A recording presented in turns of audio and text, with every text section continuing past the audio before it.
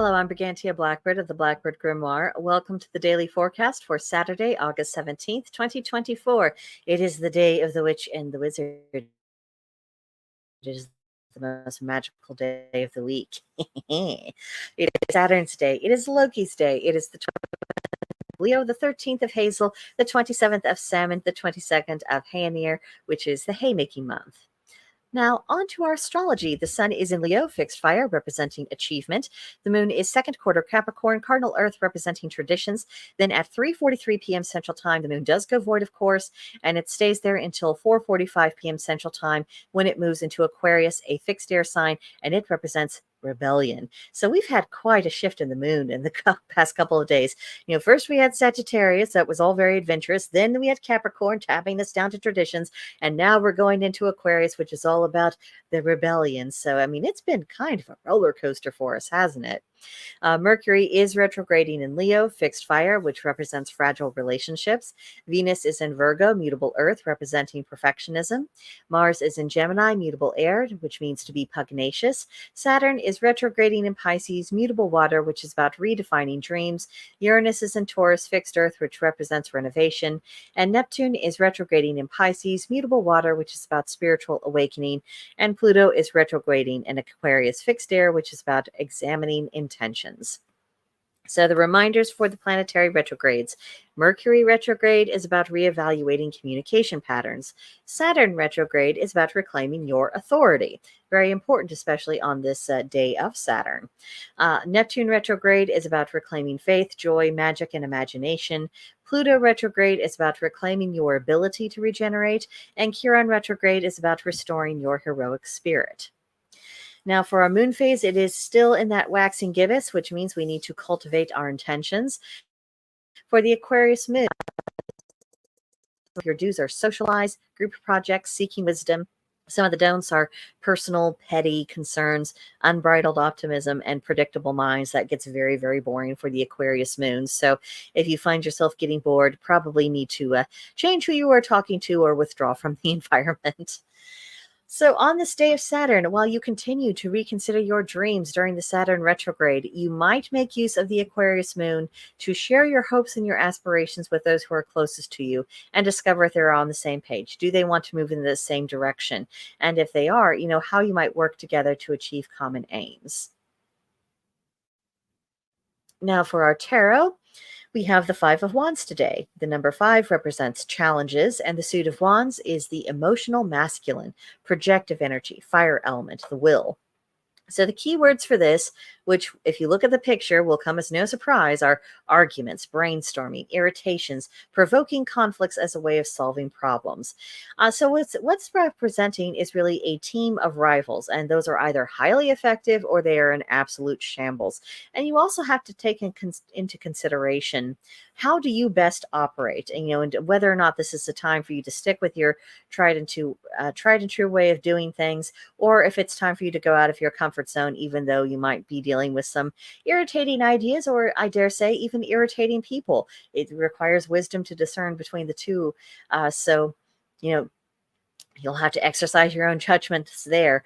But this does suggest that for any kind of problems that we're solving, or any kind of decisions that we're facing, or projects we might want to take on, it's going to require a little bit more consultation, is going to require a little bit more thinking things through, and we might be needing to invite in different perspectives, even irritating perspectives, because we're not going to be able to take into account all of the factors on our own, because we all have our blind spots. I think most of us have the humility to recognize that, and sometimes you do need that person who sees the things that you do not see.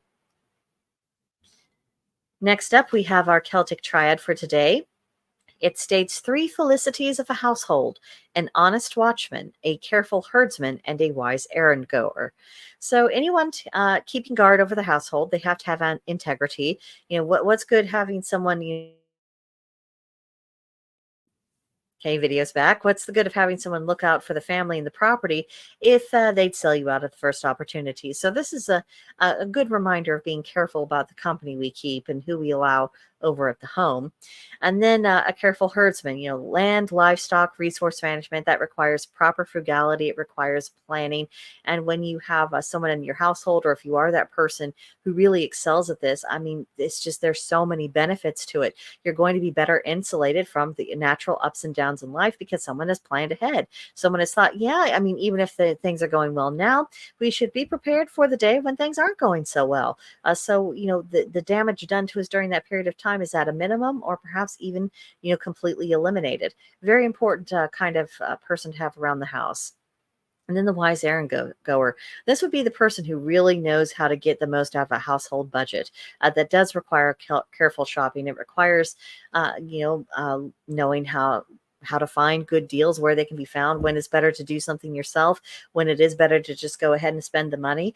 Someone who can make all of those calculations. And of course, we can all work to within ourselves to become these people, to become better aware, to be a little bit more focused on the actual practical functioning of a household. That involves a lot of things that a lot of us weren't necessarily taught. And of course, we're not entirely without advice. I actually have a book. I generally keep this handy. It's a Home Comforts. It's a really good guide that I have found very practical for a lot of the kind of just the ins and outs of running a household and improving skills in that regard. Of course, and it's not the only book out there, so I'm not saying go out and buy that particular book. I'm just saying be open to advice so that you can improve your own skills and just have a better running household. Now, today's magical correspondences, they are associated with wisdom. This is the second time this week we are talking about wisdom because there isn't very much wisdom in the world. So I don't feel the least bit bad about bringing it up frequently, even multiple times a week. This time, the color for wisdom is gray. The plant is the sycamore. The animal is the donkey. Now, donkeys relate to inner potential for wisdom. So this is you having the ability to cultivate wisdom within yourself. That's the purpose of having the donkey here. And the crystal is the smoky quartz. So when troubled, consult pagan sources of wisdom. We inherited so much, and we don't look into it enough, and we don't digest it enough, and we don't reconsult it enough.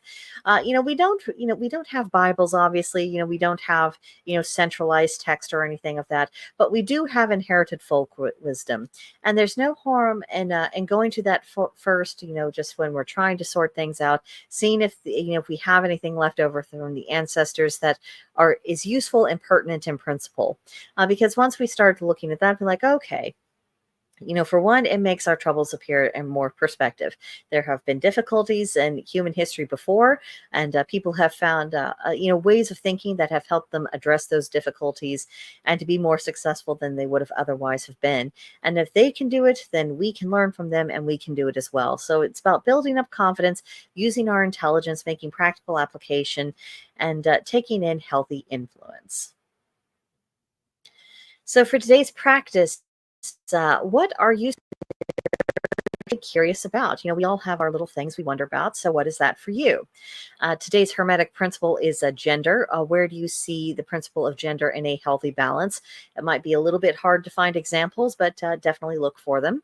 The Witch's Pyramid aspect that we're focusing on today is the Pentacle right at the top. How well do you release your intentions? This might be especially pertinent in reference to healing work or in getting energy you don't want out of your system. Sometimes it's not a question of us not having an effective means to remove energy we don't want. Sometimes the problem is that we are unconsciously clinging on to that energy for whatever reason. So if you can discern a difficulty within yourself, devote a little bit of time about learning how to loosen your grip from these things. Especially if you've had ongoing difficulties or an ongoing source of pain for a long period of time.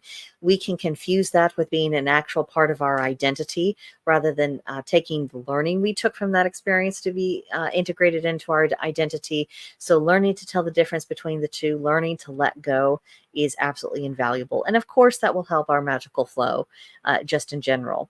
Another thing we might do is make a crystal grid. And of course, it's Saturday, tidy up that altar. And the journaling for today, what is the most satisfying aspect of your path? What has really given you a sense of stability and peace and confidence? What is that for you? And that just about does it. I do believe, if I can get the doohickey to cooperate me. Okay, cooperation at last. Have a really wonderful Saturday. I hope you have an excellent weekend. If you're interested in following me on X, you can find me at Blackbird's Brew. And of course, the Blackbird Grimoire channel is available on YouTube and Rumble. And if you want to talk with other witches and, start being a part of our little fledgling community, you can always meet up with us at the Oak and Elder Witchery on Gilded. There's a link for it in the description. And if you're interested, I'd be happy to welcome you there. But that will do it for now. And I will see you guys next time. Bye.